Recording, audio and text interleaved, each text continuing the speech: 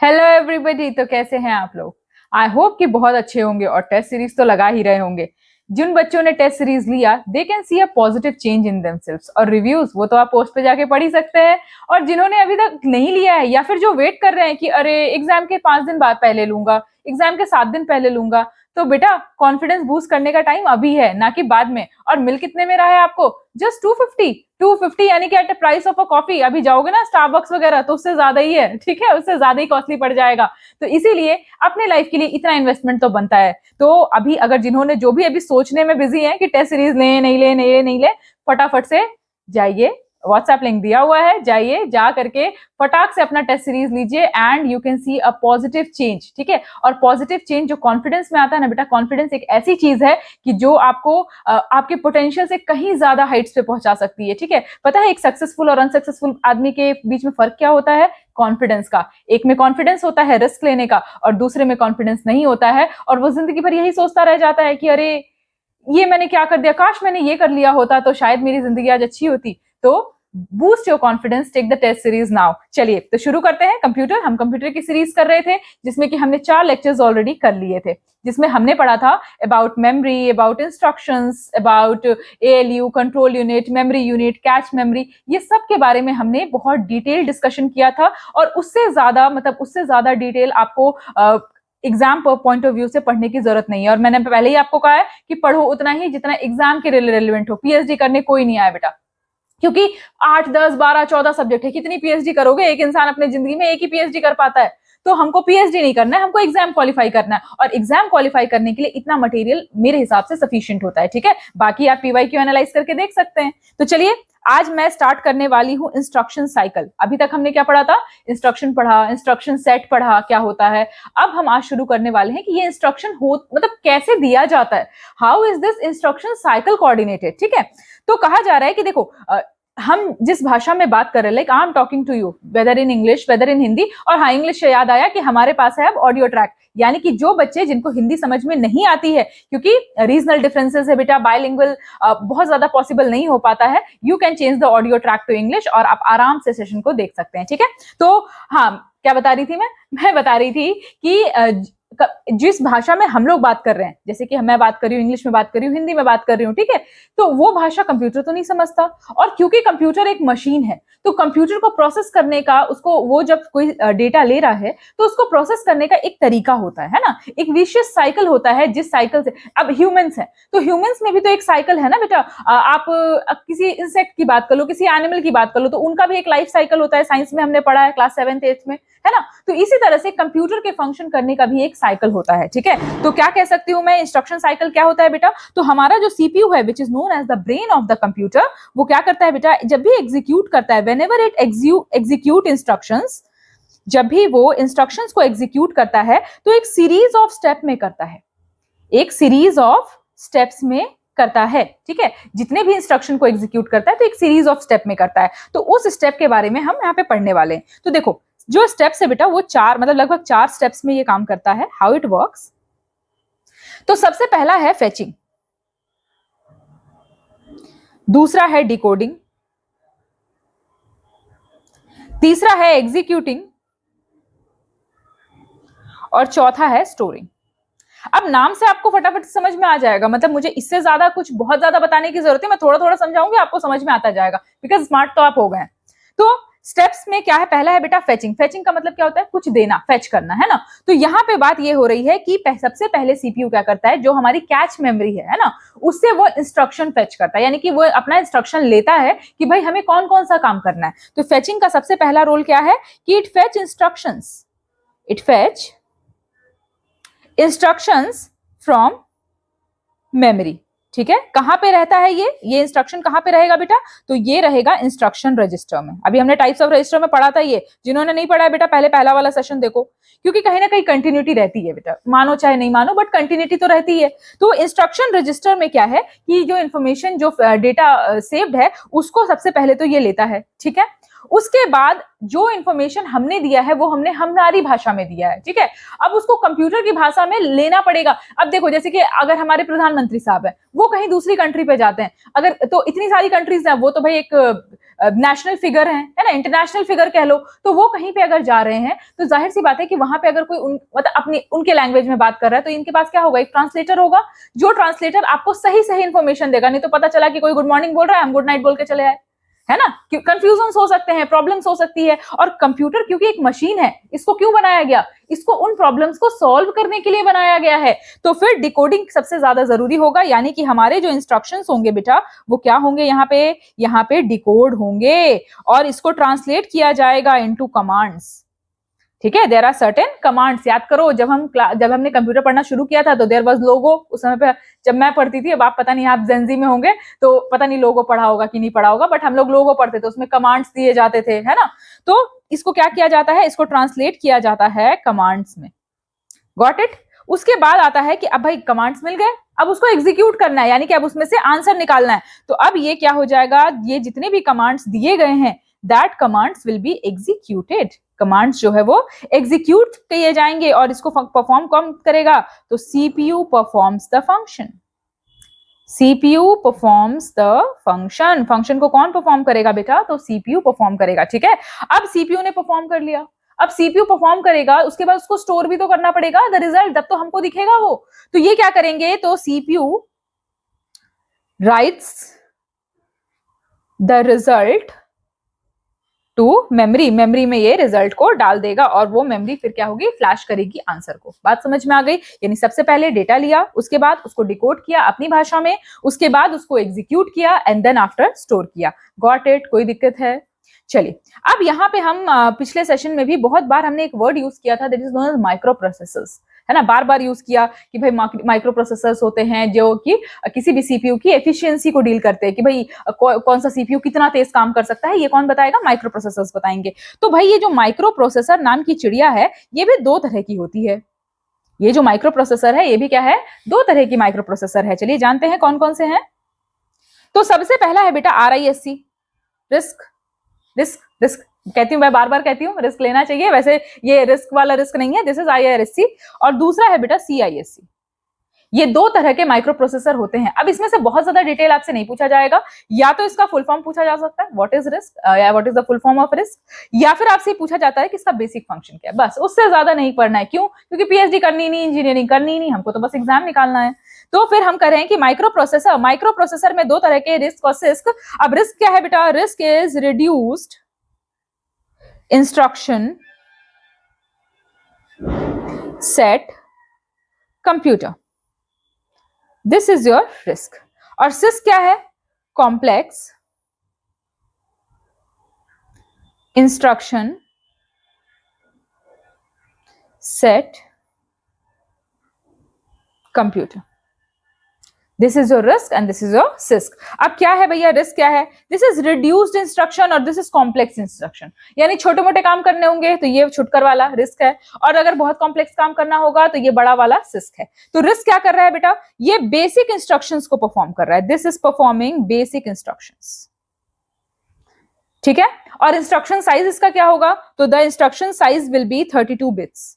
ठीक है, जो इंपॉर्टेंट है सिर्फ हम वही पढ़ रहे हैं, बहुत ज्यादा पढ़ने की जरूरत नहीं है। तो बेसिक इंस्ट्रक्शंस है, साइज है हमारा 32 बिट्स, और दिस रिक्वायर्स फ्यूअर ट्रांजिस्टर्स। इसमें ज्यादा ट्रांजिस्टर की जरूरत नहीं पड़ती है, क्योंकि सिंपल काम करने हैं, बहुत ज्यादा कॉम्प्लेक्स काम नहीं करना है। ठीक है, इसके एग्जाम्पल क्या क्या हो जाएंगे, तो this will be Apple Mac G3, power PC, ये सब इसके एग्जाम्पल्स हो जाएंगे। ठीक है, चलिए अब आते हैं सिस्क। जस्ट इसका उल्टा है, मतलब कि इसमें क्या है कि इसमें कॉम्प्लेक्स फंक्शंस होते हैं। ठीक है, तो इसमें इंस्ट्रक्शन क्या थे, इसमें बेसिक इंस्ट्रक्शंस थे। इसमें क्या है, सिंपल एंड फास्ट इंस्ट्रक्शंस है। इंस्ट्रक्शन कैसे हैं, बहुत तेजी से, क्योंकि कॉम्प्लेक्स फंक्शन को भी ये चुटकियों में कर दे रहा है, तो चुटकियों में कैसे करेगा, तो इसमें फास्ट इंस्ट्रक्शंस होंगे। ठीक है, लैंग्वेज कैसा यूज होगा, हाई लेवल लैंग्वेज यूज होगा, there will be high level language use. ठीक है, उसके बाद साइज, इंस्ट्रक्शन का साइज क्या होगा, इंस्ट्रक्शन साइज क्या होगा, तो यहाँ पे 32 बिट्स है, यहाँ पे 8 बिट हो सकता है, 16 बिट हो सकता है, और 32 बिट भी हो सकता है। ठीक है, इसके एग्जाम्पल्स क्या क्या हो जाएंगे, तो the examples will be AMD, सिरिक्स। ठीक है, तो ये सब एग्जाम्पल होंगे, मतलब हमने नाम नहीं सुना होगा, क्यों, क्योंकि they are complex in nature. ठीक है, चलिए तो यहां तक कोई प्रॉब्लम है, कोई दिक्कत है? अब यहाँ पे एक छोटा सा टर्म और आ जाता है, this is known as pipelining. अब ये पाइपलाइनिंग क्या बला है, जरा जाने। तो पाइपलाइनिंग कहता है कि ये क्या कर रहा है, ये इंस्ट्रक्शन स्पीड, एग्जीक्यूशन स्पीड को बढ़ा रहा है। यानी कि पाइपलाइनिंग का मतलब है कि ऐसा कोई भी सेटअप जो कि इंस्ट्रक्शन एग्जीक्यूशन स्पीड को बढ़ाता है, ठीक है, इंस्ट्रक्शन से काम कराने वाली स्पीड को जो भी बढ़ाएगा उस पूरे सेटअप को हम क्या कहेंगे, पाइपलाइनिंग कहेंगे, ठीक है। चलिए, आई होप आपको ये क्लियर हो गया होगा। कोई दिक्कत है यहां तक? अगर दिक्कत है तो पूछ लो, है ना। और फीडबैक सेक्शन तो खुला ही है, रिप्लाई तो मैं देती ही हूँ, ठीक है। अब मुझे लगता है 100 सेशंस का साथ है हमारा आपका, है ना। जो बच्चे शुरू से देख रहे हैं, मतलब कुछ बच्चे तो मुझे नाम भी याद हो गए, तो कुछ बच्चे तो शुरू से देख रहे हैं, तो मतलब मुझे मालूम है कि उन्होंने पूरे सेशंस देखे हैं। तो अब तो आपको मतलब पढ़ाने का पैटर्न भी पता है, और आपको ये भी पता है कि कैसे हमको रिस्पॉन्स लेना है, ठीक है। और जैसा कि मैंने आपको बताया है कि टेस्ट सीरीज तो मिल ही रहा है, और साथ में आपको मिल रहा है पर्सनलाइज्ड मेंटोरशिप। और बेटा पर्सनलाइज्ड मेंटोरशिप कोई आपको आपकी गलतियां बता सके, कोई ये बता सके, किसी को आप अकाउंटेबल हो, पता है क्या मतलब, ऐसा तो नहीं कोई आपके कान पकड़ सके और कहे कि नहीं आज तो ये काम करना है, ठीक है। This is very very important होता है आज के जमाने में, जहां पे किसी को किसी के लिए टाइम नहीं है, ठीक है। तो इसीलिए मैं कह रही हूं कि टेस्ट सीरीज मिस मत करो, ठीक है। Not only test series, you are getting that personalised mentorship. कोई भी प्रॉब्लम हुआ बस झट झट झट फोन निकाला और आंसर दे दिया। तो ये तो बेटा बहुत कम मिलता है, ठीक है, इसलिए don't miss it. Just at 249 मतलब 250 मान लो, तो जस्ट एट 250 में आपको टेस्ट प्लस मेंटोरशिप, इससे सस्ती डील तो हो ही नहीं सकती। चलिए, तो अब हम आते हैं अगले टॉपिक पे, ठीक है। हमने पढ़ लिया क्या, हमने पढ़ लिया माइक्रो प्रोसेसर, हमने पढ़ लिया इंस्ट्रक्शन साइकिल। अब हम आते हैं अगले टॉपिक पे। तो अगला टॉपिक नए पेज से शुरू करते हैं। चलो, तो हम आते हैं अब किस पे, interconnecting the units of a computer. Interconnect करते हैं तो देयर आर सर्टेन बस, बहुत सारे बस होते हैं, ठीक है। वो ऐसा पीपीपीपी वाला बस नहीं, नॉर्मल मतलब जो कंप्यूटर वाला बस है उस बस की बात करें, और इससे रिलेटेड पीवाईक्यूज में क्वेश्चन भी हैं, ठीक है। इसीलिए ये टॉपिक और इंपॉर्टेंट हो जाता है। तो मैं चलो यहाँ पे टॉपिक लिख देती हूँ, इंटरकनेक्टिंग, थोड़ा बड़ा है, ठीक है, interconnecting the units of a computer.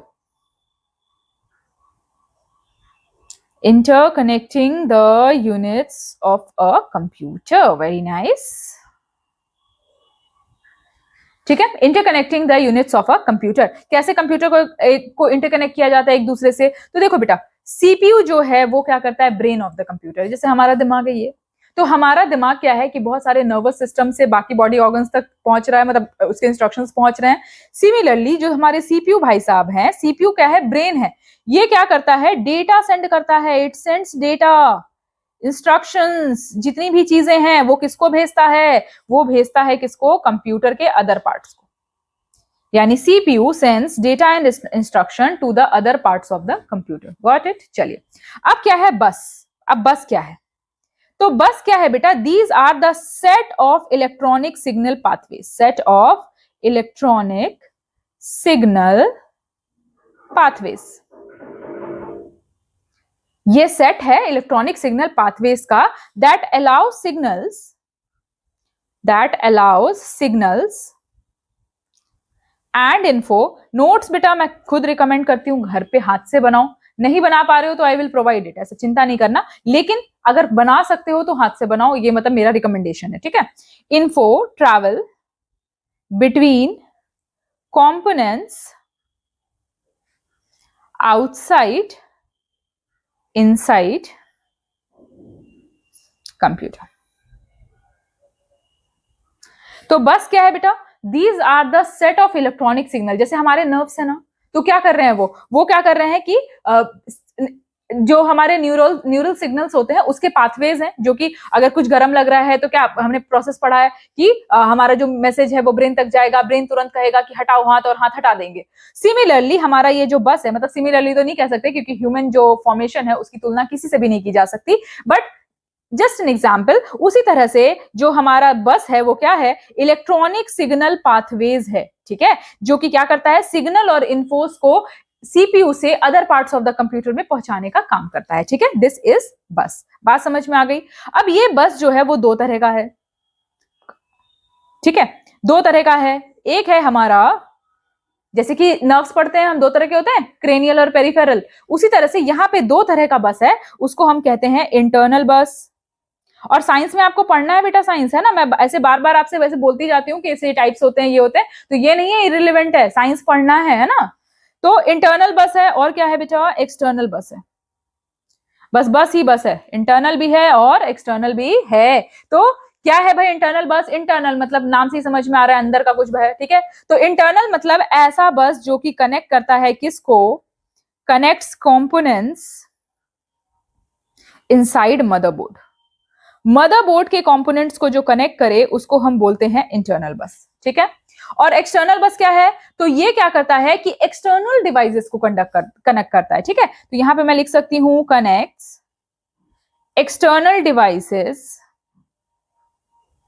external devices, peripherals, expansion slots, input output ports, ठीक है। इन सारी चीजों को जो है ये कनेक्ट करता है, यानी कि इंटरनली मदरबोर्ड में एक दूसरे से कनेक्ट करना होगा तो इंटरनल बस, और इसको क्या बोलते हैं, इसको ये क्या करता है, external devices, peripherals, IO slots को कनेक्ट करता है, ठीक है। अब इसको बेटा also it is also called system बस, इसको हम सिस्टम बस भी कहते हैं, ठीक है। क्या कहते हैं, सिस्टम बस भी कहते हैं, ठीक है। और इसको हम कहते हैं ऑल्सो कॉल्ड एक्सपेंशन बस, ऑल्सो कॉल्ड एक्सपेंशन बस, ठीक है। तो ये हमारा क्या है, सिस्टम बस है, और ये हमारा क्या है, एक्सपेंशन बस है। Is it clear to you? ठीक है, समझ में आ गई बात। तो सिस्टम बस है। अब इसके टाइप्स को जाने जरा। तो देखो बेटा, ये जो इंटरनल बस है ना, ये भी कुछ टाइप्स हैं इसके, 3 तरह के हैं। पहला है डेटा बस, दूसरा है हमारा एड्रेस बस, और तीसरा है हमारा कंट्रोल बस। कंट्रोल बस इसमें भी वही है, 3 तरह है, ठीक है। इसको थोड़ा ऊपर कर दूं मैं, इसमें भी 3 तरह के होते हैं। डेटा बस सेम है, सेम मतलब कैसा, बिल्कुल एकदम सीधा गीता है, कार्बन कॉपी, ठीक है, लेकिन फंक्शंस अलग है ना, एक एकदम चंट है और एक एकदम शांत है, ऐसा वाला। तो ये क्या है, डेटा बस, ये है एड्रेस बस, और ये है आपका कंट्रोल बस। बात समझ में आ गई? तीनों में है, ठीक है। अब इसको हम क्या करेंगे, इसके बारे में थोड़ा थोड़ा सा जानेंगे। तो इसका बेटा साइज अगर बात कर ले तो ये होता है 16 बिट, ठीक है। और ये कनेक्ट करता है, किसको कनेक्ट करता है, सीपीयू को कनेक्ट करता है मेमोरी से, ठीक है। इतना याद रखना है, थोड़ा थोड़ा सा याद रखना है, हमको बहुत ज्यादा पीएचडी नहीं करनी है। फिर आते हैं एड्रेस बस। एड्रेस बस हमारा 36 बिट, ठीक है। कनेक्ट करता है किसको बेटा, तो कनेक्ट करता है, ये कनेक्ट सीपीयू को कनेक्ट करता है किससे बेटा, रैम से कनेक्ट करता है, रैम से, ठीक है, रैंडम एक्सेस मेमोरी। और तीसरा है कंट्रोल बस। कंट्रोल क्या करता है, कंट्रोल बस क्या करता है, ये स्पेसिफाई करता है, ये स्पेसिफाई करता है वेदर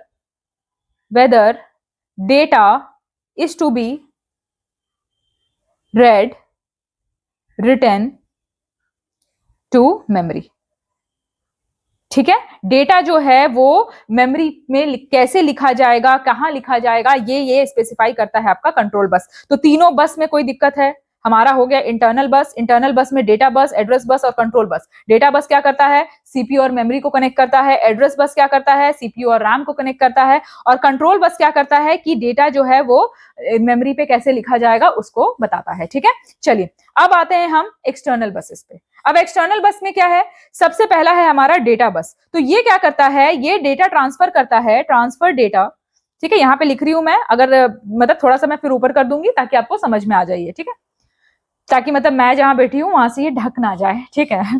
तो transfer data between input output devices and CPU, ठीक है।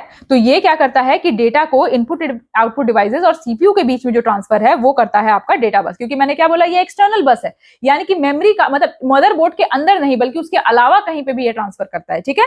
उसके बाद तो ये क्या करता है बेटा, ये आपका डेटा ट्रांसफर करता है इनपुट आउटपुट डिवाइसेस से और सीपीयू के बीच में, ठीक है। ये टोटल जो है ये कैसा है, तो this is 32 bit bus architecture, 32 bit bus architecture. Is it clear to you? कोई प्रॉब्लम है यहां तक? आई होप आपको कोई प्रॉब्लम नहीं होगा। अब आते हैं एड्रेस बस। एड्रेस बस क्या करता है, it carries address of different IO devices, ठीक है। जितने भी जो अलग अलग आईओ डिवाइसेस हैं, ठीक है, उसको कैसे एक्सेस करना है, कैसे उसको एक्सेस करना है, to be accessed like CD-ROM etc, ठीक है, तो ये आपका हो गया address bus. Control bus carry क्या करता है? कंट्रोल बस कैरी करता है, इट कैरी रीड और write command, it carries read और write command of input output devices. ठीक है, तो ये तीन तरह के बसेस हैं आपके। पहला है आपका डेटा बस, दूसरा एड्रेस बस और तीसरा कंट्रोल बस। तीनों के क्या फंक्शंस हैं यहाँ पे मेंशन्ड है, आप आराम से देख सकते हैं।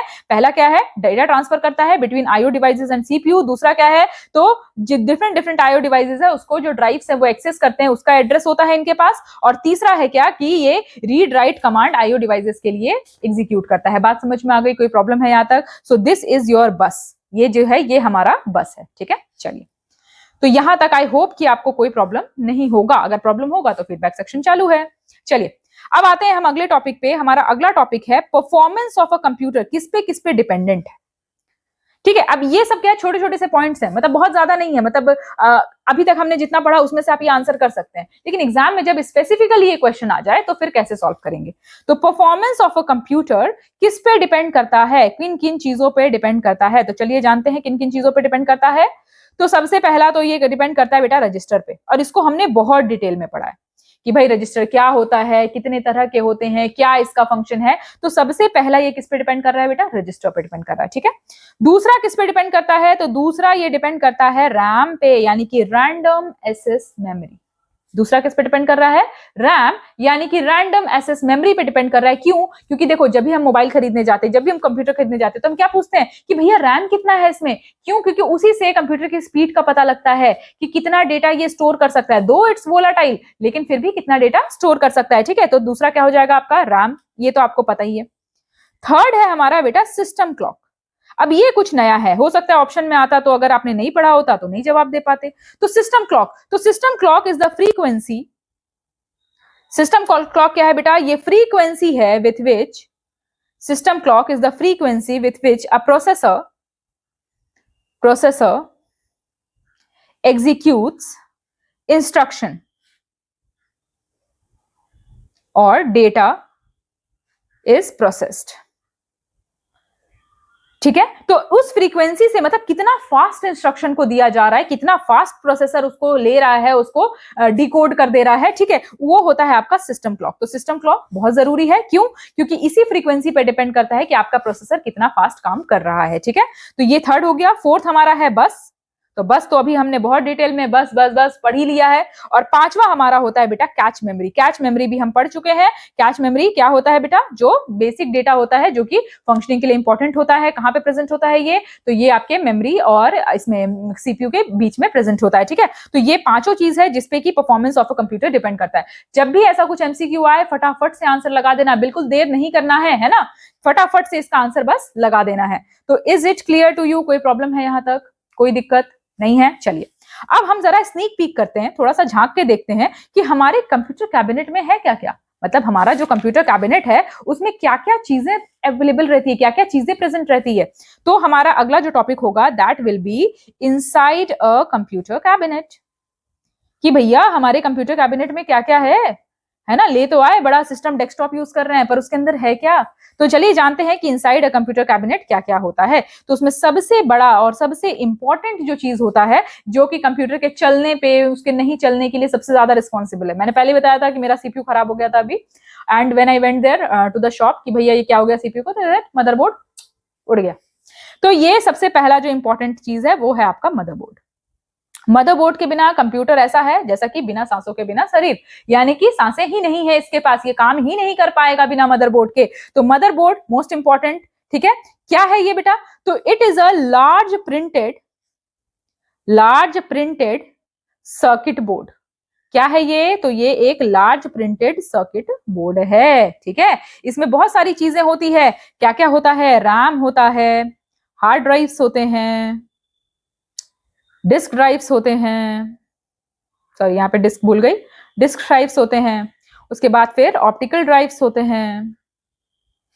ये सब कुछ they are plugged into interface. ये सब कुछ मदरबोर्ड में प्लग्ड होता है। ठीक है, तो ये सारी चीजें इसमें प्लग होती है। बहुत बड़ा सा ये क्या होता है कि एक मतलब बहुत बड़ा नहीं, मतलब बहुत इंपॉर्टेंट सा एक बोर्ड होता है। This is known as large printed circuit board. ठीक है, तो इसमें क्या क्या चीजें होती है बेटा, इसमें होता है फॉर्म फैक्टर, इसमें होता है चिपसेट, इसमें है प्रोसेसर सॉकेट, इसमें है BIOS. That now what is BIOS, तो ये पहले भी हमने पढ़ा है बायोस, मुझे याद आ रहा है, ठीक है। This is BIOS is basic input output system, और इसके अलावा इसमें है सीएमओएस, सीएमओएस, ठीक है। अब ये क्या है, तो this is complementary, full forms बेटा वेरी वेरी इंपॉर्टेंट, इसलिए मैं बार बार बोलती हूं कि फुल फॉर्म्स तो बिल्कुल याद ही रखना है ना। तो complementary metal oxide semiconductor, this is your CMOS, ठीक है। तो ये तो आपको याद ही रखना है, फुल फॉर्म तो बिल्कुल भूलने की जरूरत जहमत कुछ भी मत करना, ठीक है। चलिए अब जानते हैं ये फॉर्म फैक्टर क्या है। तो ये बेटा ये मदरबोर्ड की ज्योमेट्री है, दिस इज, इसको मैं क्या हम करती हूँ दूसरे कलर से लिख देती हूँ, ठीक है, नहीं तो पूरा मिक्स हो जाएगा। चलो मैं दूसरे कलर से लिख देती हूँ, एक second. This is your motherboards geometry, ये क्या है, मदरबोर्ड का ज्योमेट्री है, ठीक है। डायमेंशन है, कैसे क्या ज्योमेट्री रहेगी, किस तरह से बना होगा, कितना डायमेंशन होगा, इसकी कैसा इसका अरेंजमेंट होगा, how will this be arranged, और क्या क्या इसके इलेक्ट्रिकल रिक्वायरमेंट्स होंगे, what will be the electrical requirements. ये सारी चीजें कहां होंगी बेटा, आपके फॉर्म फैक्टर में होंगी। यानी फॉर्म फैक्टर ये बिल्कुल मदरबोर्ड का आर्किटेक्चर है, किस तरह से बना होगा, कितना बना होगा, कहाँ क्या जुड़ेगा, कैसे जुड़ेगा, क्या स्ट्रक्चर होगा, कैसे फंक्शन करेगा, फंक्शन नहीं स्ट्रक्चर, तो स्ट्रक्चर कैसे करेगा, ये सारी चीजें आपका क्या बताएगा, फॉर्म फैक्टर बताएगा, ठीक है। दूसरा है बेटा चिपसेट, चिपसेट क्या है, it is a circuit, chipset क्या है, सर्किट है that controls majority of resources, एक ऐसा सर्किट है जो कि मेजॉरिटी ऑफ रिसोर्सेस को कंट्रोल करता है, ठीक है ना, बात समझ में आ रही है। दूसरा है बेटा प्रोसेसर सॉकेट, प्रोसेसर सॉकेट क्या है, दिस इज रेक्टेंगुलर या स्क्वायर शेप्ड कनेक्टर, ये एक रेक्टेंगुलर या स्क्वायर शेप्ड कनेक्टर होता है, this is your processor socket. BIOS, BIOS क्या है, this is the interface, this is the interface between operating system and motherboard, motherboard और operating system के बीच का ये इंटरफेस है। इज इट क्लियर, तो समझ में आ गया बेटा क्या क्या चीजें हैं हमारे मदरबोर्ड में। तो हमारे मदरबोर्ड में फॉर्म फैक्टर है, चिपसेट है, प्रोसेसर सॉकेट है, बायोस है और सीएमओस है। क्या क्या फंक्शन होता है, तो फॉर्म फैक्टर बेटा किन चीजों पे वर्क करता है, ये ज्योमेट्रिक, ये पूरा आर्किटेक्चर है, मतलब जो आपका मदरबोर्ड है उसका पूरा आर्किटेक्चर है। दूसरा है आपका चिपसेट जो कि एक सर्किट है जो कि मेजॉरिटी ऑफ रिसोर्सेस को कंट्रोल करता है। तीसरा है आपका प्रोसेसर सॉकेट जो कि एक रेक्टेंगुलर या स्क्वायर शेप्ड कनेक्टर होता है। और चौथा है BIOS, this is your interface जो कि ऑपरेटिंग सिस्टम और मदरबोर्ड के बीच में काम करता है। तो आई होप आपको ये क्लियर हो गया होगा, कोई प्रॉब्लम है।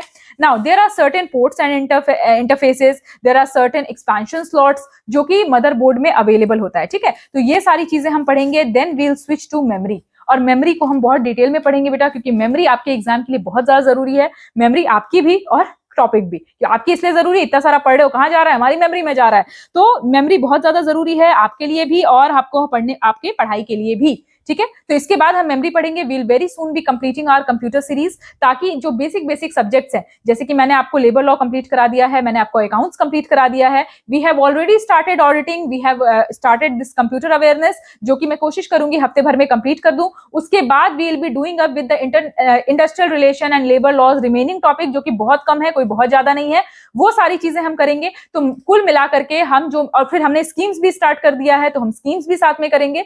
तो कुल मिलाकर के कहने का मतलब ये है कि जितने भी major EPFO APFC centric subjects हैं जो कि जनरल नहीं है, मैथ रीजनिंग के अलावा, वो सब हम कंप्लीट करने का जो हमने वादा आपसे 3 महीने पहले किया था, वो वादा आज हम निभा के, मतलब उसके 60-70% वो वादा निभा चुके हैं, और कुछ बचा है वो भी हम आखिरी तक आपका साथ जरूर देंगे। मीनवाइल हम आपके लिए लेकर आए हैं 1500 प्लस क्वेश्चंस। 1500 प्लस क्वेश्चंस बहुत ज्यादा होते हैं बेटा आपके कॉन्फिडेंस को बूस्ट करने के लिए, ठीक है। और यही वो पल है, बोलते ना, ऐसा कहते हैं कि कॉन्फिडेंस ही है जो आपको गिरा भी देता है। बहुत सारे बच्चे मॉक में बहुत अच्छा स्कोर करते हैं और कॉन्फिडेंस वहां जाकर के ऐसा हो जाता है, बिल्कुल खत्म, तो कॉन्फिडेंस ही है जो आपको बना भी सकता है और बिगाड़ भी सकता है। तो इस कॉन्फिडेंस के लिए अगर 250 का इन्वेस्टमेंट कर रहे हो ना तो कोई ज्यादा नहीं है, और साथ में आपको मिल रहा है एक पर्सनलाइज मेंटोरशिप, यानी कि मैं every time available on your service mentorship के लिए। तो मिलते हैं अगले सेशन में। टेस्ट सीरीज जिन्होंने नहीं लिया है बेटा, सोचना बंद करो बेटा, कितना सोचोगे दिमाग फट जाएगा, ठीक है। तो मिलते हैं अगले सेशन में, टिल देन बाय बाय, और टेस्ट सीरीज लेना मत भूलना।